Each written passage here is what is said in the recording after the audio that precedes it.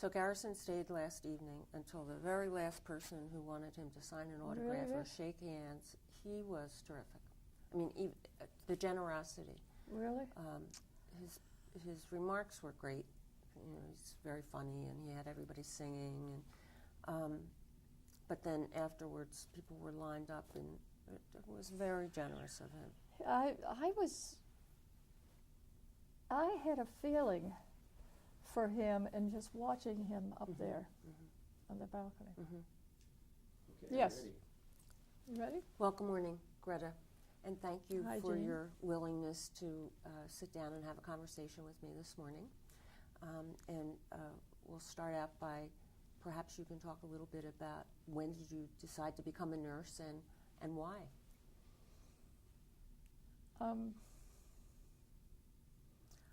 I finished college at about the age of 19 with a major in chemistry and biology, and then was wondering what I was going to do. I was a very religious young person. I had changed from the Methodist Church to the Episcopal Church, and I was sort of undecided and ambivalent. So I went into a convent in Puerto Rico, an Episcopal convent. And while I was there, I was invited to teach biology and chemistry in the nursing school. And so I started to sort of bond with the students and the other faculty members.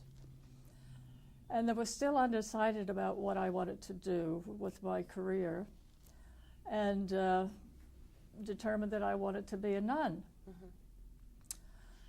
And I went back home to Pennsylvania to tell my family this. And of course they were wonderful Methodists, and they were devastated by this. I was the youngest of 8 children, and so obviously my family believed that one should marry and have children. And I just had the feeling I was breaking my mother's heart, so I looked again to see what I might do with the preparation I already had and do something that was of service. I wanted a service field for sure. And heard about the nursing school at Yale University. And at that time, it was one of the, I think, 2 schools in the country that took only college graduates. And so I selected Yale and went to school there and got a master's degree. So my first degree in nursing is a master's degree. Wonderful. It was a wonderful choice. Great. Good. Very good. Now, it's said that the definition of a leader includes the concept of influencing the behavior of others. When do you think you realized that you had become a leader?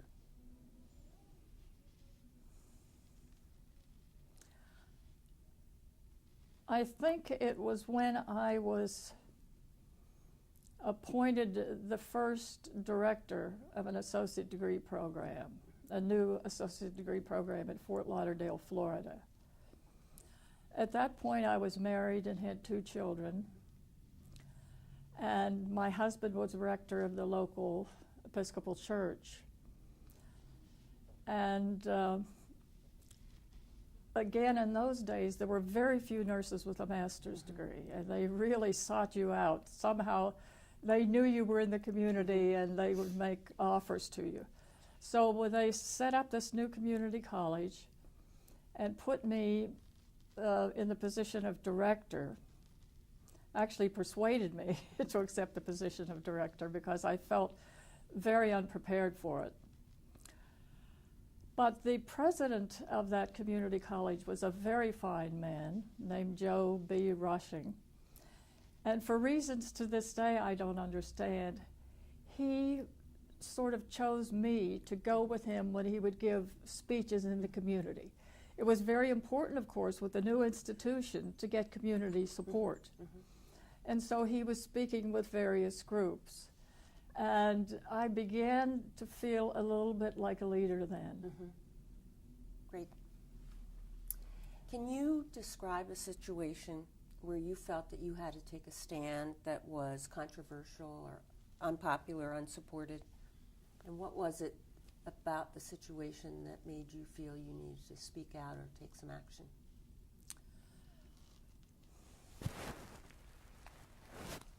It was probably, well, this may seem like a minor incident, but to me it was very important. My last position as dean was at the University of California, San Francisco. It was a wonderful place to work, just marvelous. It was a health science center of the University of California, and they were all professionals. I was so impressed with that. The chancellor of the institution was a fine man, very fine, and we really interacted very well. This was a campus where a nurse did not need to feel inferior. A nurse really felt shoulder to shoulder with everyone else on the campus. And this was true with the chancellor, and he called upon me to do a variety of things. But every year there was a special ceremony at which they gave the awards. The University of California does not, or did not at those times, give honorary doctorates, and I don't think they still do, but they would give medals, the Chancellor's Medal. And every year they had this event, and they held it in an all-men's club, which was a lovely place. It was one of the nicest places in San Francisco, and the accommodations were marvelous, and the food was good, and it was sort of a jolly old time. And after attending about 3 of those, one year I went quietly into the chancellor's office and said, "I'm sorry, but if you have that one more time in that men's club, I promise you there will not be a single nurse in attendance." And he was devastated, crushed, because he was such a wonderful man. He couldn't understand what would be a problem with that. He said, "We welcome you. We welcome women as guests all the time." And I said to him, "Do you understand that around those tables in that men's club is where many deals are made? It's where people network and contact. And they're very valuable contacts that are gained there. And women are excluded from that." And I said, "I just can't support that." And I never told anyone that I had had that discussion with him, because I would never wanted to embarrass him. He was just so good. And but he moved it. He changed the venue. He must have leaked the information, because the women on campus from that point, from the dental school, the School of Pharmacy, the School of Medicine, would ask me to speak at their meetings and all. And somehow they knew that I had been an advocate for women on that campus. It's a terrific example. You said it might seem small. I think that's huge. It's the way we've made progress. I feel good about it, but I had such affection for him that it was very hard. What do you think is similar and different about being a leader today than it was 30 years ago? Well, most of my positions were as a dean until I moved into professional associations. I particularly liked the professional associations that were open to all nurses, such as the American Nurses Association, the International Council of Nurses, etc. In the role of dean, I'm going to confine this to the dean role, because deans are leaders, or they're expected to be leaders. The greatest shift in recent years has been that there has been so much responsibility placed upon them for money raising. it used to be that those of us who were in public institutions were not involved in money raising. But now all deans have to somehow gather in about 60 or 70% or even more of their costs. And so I think that's one major change. Excuse me, I have got to have water. Is it possible? Rigged. Good. So tell us when to start again. Okay, I'm ready. So we were talking about being a leader today and differences from 30 years ago. And I mentioned as a first difference the responsibility for fundraising that falls into the hands of deans today. And to some extent, nurses who are leaders in hospitals as well, those who hold official positions. One very good thing about that is that it gets them out it forces them into the broader community and to interacting with people of other professions and other disciplines, people who are from the corporate world. And I think all of that is very good for leadership building. In addition, and actually related to that, is the fact that leadership has become more of a multidisciplinary nature or interdisciplinary. Leaders today find that they can only be effective in achieving the change that they want to achieve if they are able to work shoulder to shoulder with other professions. Great. If you were giving advice to graduating seniors today, what messages would you have to give them? I think I would give the same message that I gave yesterday, which is that I feel, largely based on my experience, which may not be typical, but I believe my philosophy of career building is build it and they will come, from the movie Field of Dreams. I think of that quite a bit. What I mean by that is if you develop a field of expertise that is needed, expertise for which there is a real social or professional need, then you will be in demand. Your career will just flow, really. And the broader the scope, probably the wider the influence one will have.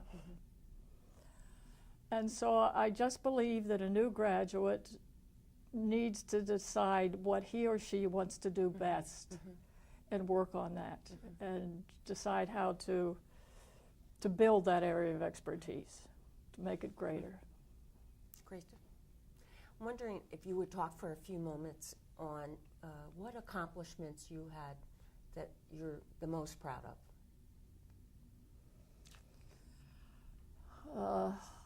My 3 children. I'm very proud of them. I have 2 sons and a daughter, and they are, of course, adults today. And we have a wonderful relationship, and I think they are just fabulous people, and I'm very proud to be their mother. Professionally, most of my achievements have been, well, they've been twofold. They have been in the university setting where I have tried to be very close to students and faculty and to help them develop along the lines that they choose to develop. In a more formal way, my accomplishments have been in the area of credentialing, and I've been able to make those contributions on a worldwide basis. Credentialing, as you probably know, has to do with setting and implementing standards for the profession. And we do it through individuals and through institutions. So we have the certification of individuals, the licensure of individuals, those are credentials. And then for institutions such as schools of nursing and hospitals, we have the form that's referred to as accreditation.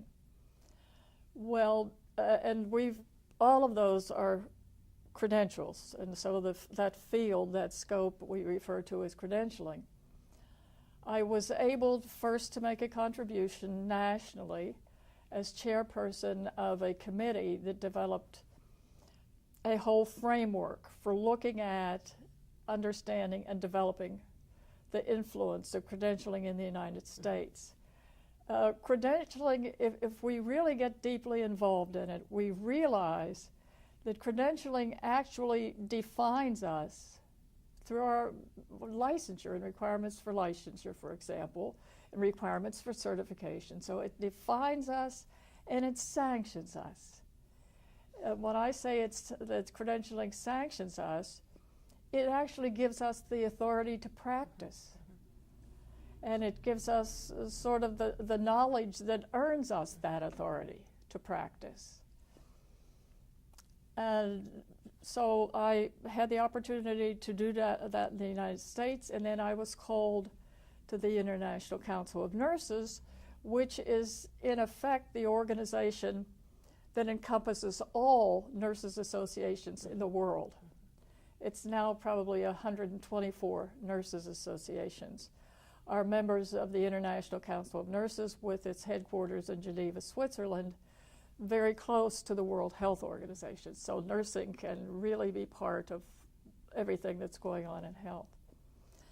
But they called me to do a similar project for them, to develop sort of an analysis of the sorts of credentials and regulation that was going on around the world, and then to develop kind of a position paper as to how it could be done. Now that was very challenging because I had to quickly learn about all the cultures and all the governments in the world, so that if we were building this umbrella, it was broad enough that everyone could fit in it.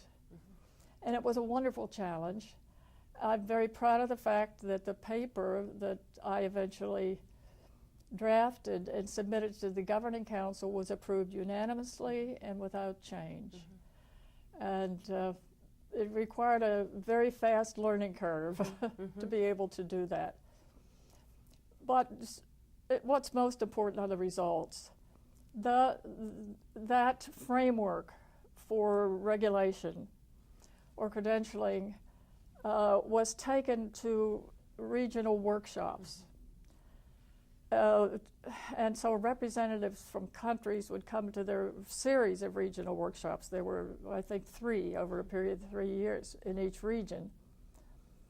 And the representatives from the nurses associations would come, they would study the paper, they would discuss it, interact about it, and then they would set up a project in their country to change their system. Because in fact, many countries at that time had no system of regulation. Therefore, nurses had no authority, or they had virtually no authority, and no definition. And so there were many, many countries that either changed or developed for the first time the regulatory system. And I'm very proud of that. Wonderful. Where did you, in difficult times over the course of your professional career, where did you gain your support, or who did you turn to for support? I turned to my husband, primarily. He was a wonderful man. He was an Episcopal priest and a very understanding man, very supportive, and so I always had him until 2 years ago. Also, professional colleagues, particularly within the universities and with the organizations that I was closely associated with. I have found nurse friends to be enduring. They're there forever. And lastly, are there any pieces of advice that you would give to nurses in general today? Anything different from what you would tell graduating students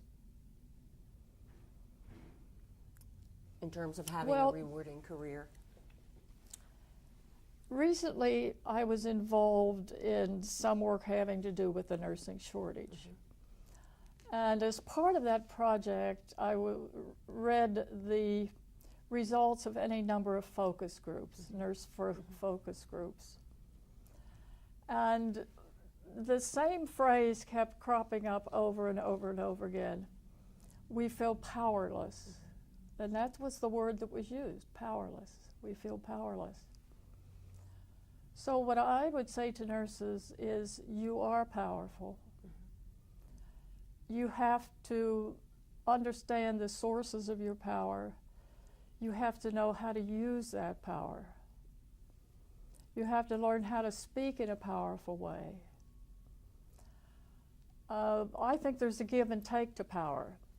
We can't just assume that people are going to give it to us. We've got to reach out and pull it and take it and use it. Great. Well, thank you very much. You're welcome. Good interview. It wasn't too bad in terms of the filming. So we have some posters here that people have been signing, and the sages that they're going to be auctioning off. I don't know if I can bring them over here, or we can. No, I could go over there. Okay.